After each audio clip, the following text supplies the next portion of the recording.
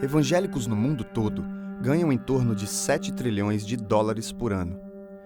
Todo ano, evangélicos doam menos de 1% da sua renda para missões. Desse valor doado para missões, apenas 1% é destinado a povos não alcançados. Povos não alcançados somam 42% da população mundial. Ou seja, menos de 0,01% da renda dos evangélicos vai para alcançar povos não alcançados. Em outras palavras, para cada 10 mil reais que um evangélico ganha, ele doa apenas 64 centavos para alcançar os povos não alcançados. Não é à toa que pouco menos da metade da população mundial ainda não foi alcançada pelo Evangelho.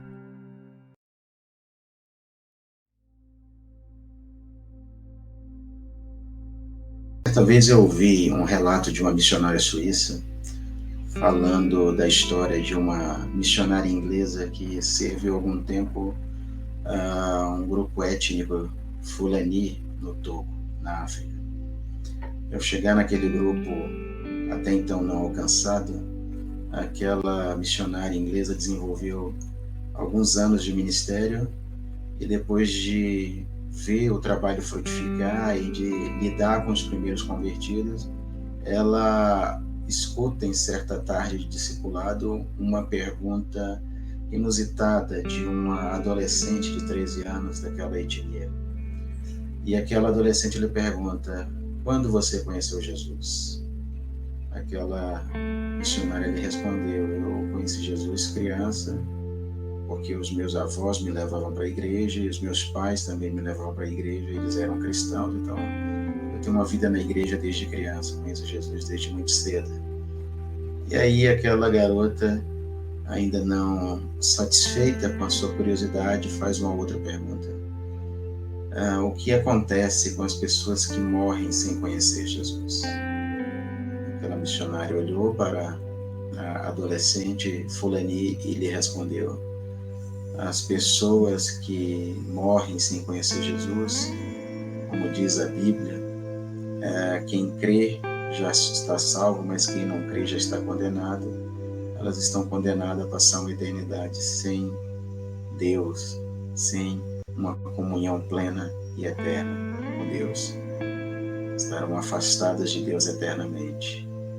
E aquela menina começou a chorar e a se desesperar e falar: então quer dizer que meus pais, eles não conheceram Jesus e eles não terão outra oportunidade, os meus tios, avós. E aquela menina, num momento de desespero, ela olha para a missionária e, chorando em lágrimas, ela lhe pergunta: por que vocês demoraram tanto para vir?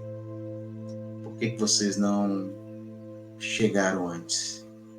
E isso me fez pensar muito em uma frase que eu li alguns anos atrás, do Oswald Smith, que o evangelho só é boas notícias, só é boas novas quando ele chega a tempo para aquele que se perde.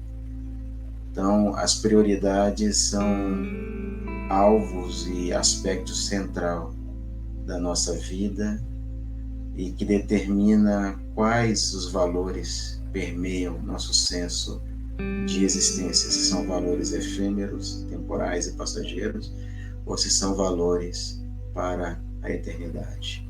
Pensando em Lucas 10:2, em relação a orar ao Senhor da Seara para que envie trabalhadores, penso que depois de 21 séculos não precisamos orar para que Deus levante trabalhadores necessariamente. Esses trabalhadores estão nas igrejas locais, são mais de 630 milhões de evangélicos no mundo, mais de 1,5 bilhão de cristãos no mundo. Na verdade, nós precisamos orar para que os trabalhadores que já estão nas igrejas locais, que já fazem parte da Igreja de Cristo no mundo, se engajem e se envolvam com a missão de Cristo no mundo e que sejam essa resposta para uma oração que muitas vezes é feita procurando o outro como resposta, mas nunca nos colocando como o senso de resposta e nunca colocando isso como a nossa prioridade. Viver para a glória de Deus e viver a missão de Cristo. Então, que Deus nos desperte para que vivamos um senso de urgência, de abnegação e de total dependência e prioridade para a glória do Senhor.